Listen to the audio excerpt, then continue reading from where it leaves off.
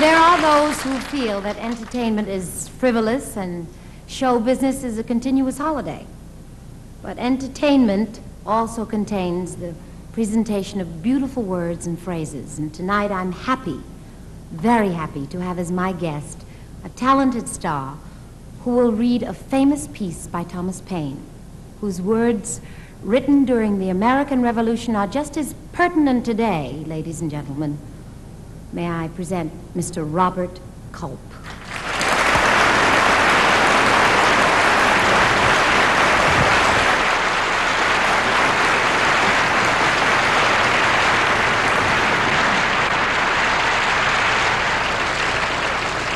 These are the times that try men's souls.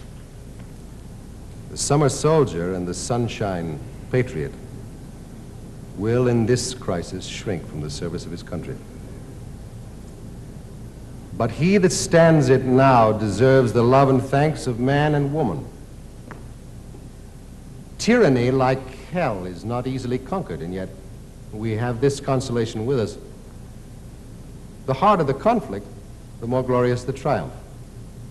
What we obtain too cheap, we esteem too lightly. It is dearness only that gives everything its value. Heaven knows how to set a proper price upon its goods, and it would be strange indeed if so celestial an article as freedom were not to be highly rated.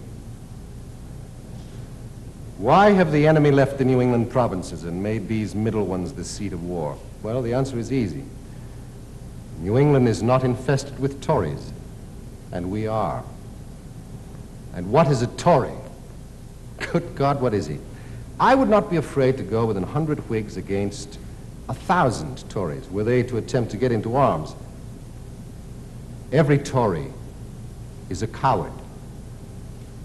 For a servile, slavish, self-interested fear is the foundation of Toryism.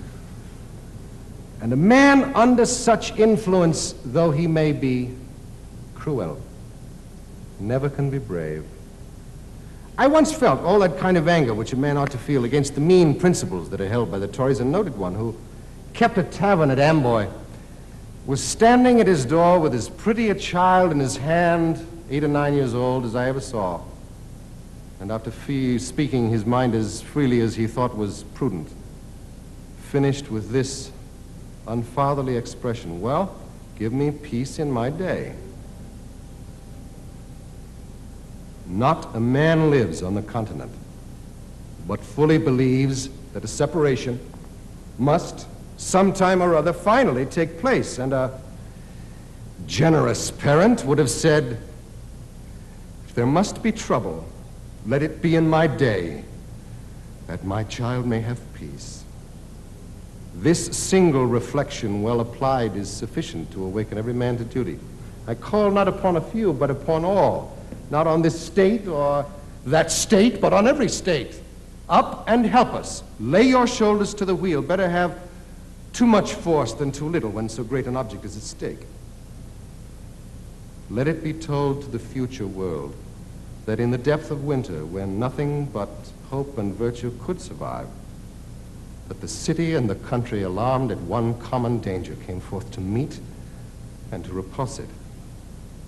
Matters not where you live or what rank of life you hold, the evil or the blessing will reach you all. The far and the near, the home counties and the back, the rich and the poor will suffer or rejoice alike. The heart that feels not now is dead. The blood of his children will curse his cowardice who shrinks back at a time when a little might have saved the whole and made them happy. I love a man that can smile at trouble, draw strength from distress, and grow brave by reflection. It is the business of little minds to shrink. But he whose heart is firm and whose conscience approves his conduct will pursue his principles unto death. My own line of reasoning is as straight and clear to me as a ray of light. Not all the treasures of the world, so far as I believe, could have induced me to support an offensive war, for I think it murder. But if a thief break into my house, burn and destroy my property, and kill or threaten to kill me or those that are in it, am I to suffer it? What signifies it to me whether he who does it is a king or a common man? My countrymen or not my countrymen? Whether it be done by an individual villain or by an army of them? Let them call me rebel and welcome. I feel no concern from it. But I should suffer the misery of devils were I to swear allegiance to one whose character is that of a stupid, stubborn, sottish, brutish, worthless man. I conceive likewise a horrid idea in receiving mercy from a being who, at the last day, shall be shrieking to the rocks and mountains to cover him, and fleeing with terror from the orphan, the widow, and the slain of America. There are cases which cannot be overdone by language, and this is one. By perseverance and fortitude, we have the prospect of a glorious issue. By cowardice and submission, the sad choice of a variety of evils: a ravaged country, a depopulated city, habitation without safety, and a slavery without hope. Look on this picture and weep over it. And if there yet remains one thoughtless wretch who believes it not, let him suffer it unlamented.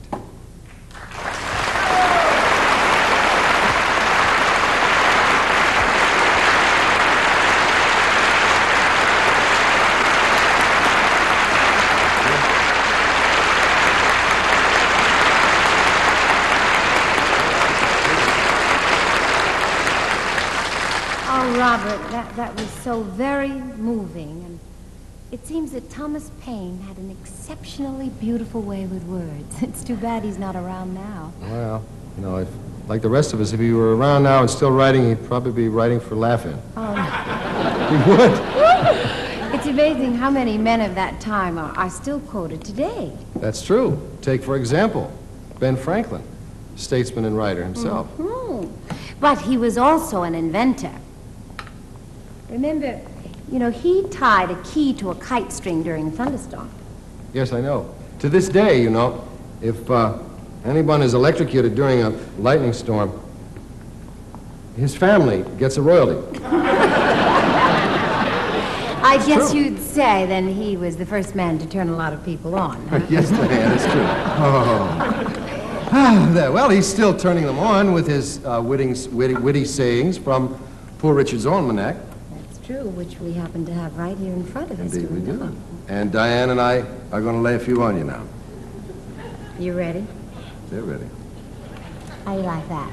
These don't even make me look like Aretha Franklin. Behave yourself, because the family gets a royalty on those too.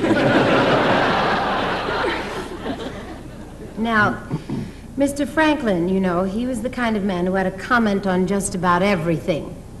For instance, here, this is advice on marriage. Keep your eyes wide open before marriage, half shut afterwards. He had some other choice words about marriage. Epitaph on a scolding wife by her husband. Here my poor Bridget doth lie, she is at rest, and so am I. But he did have some good advice to wives. Oh, yes, he did.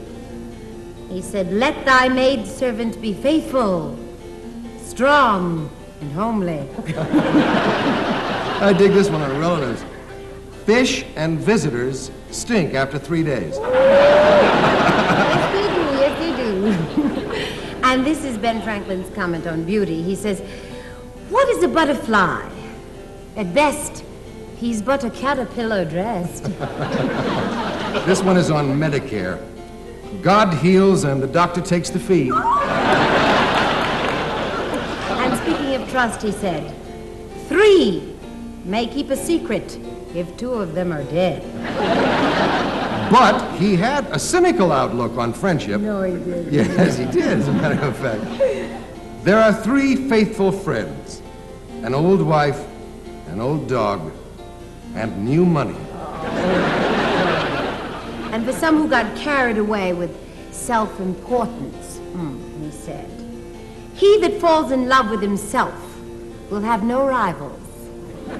Naturally, my man Franklin had his opinion of lady gossips.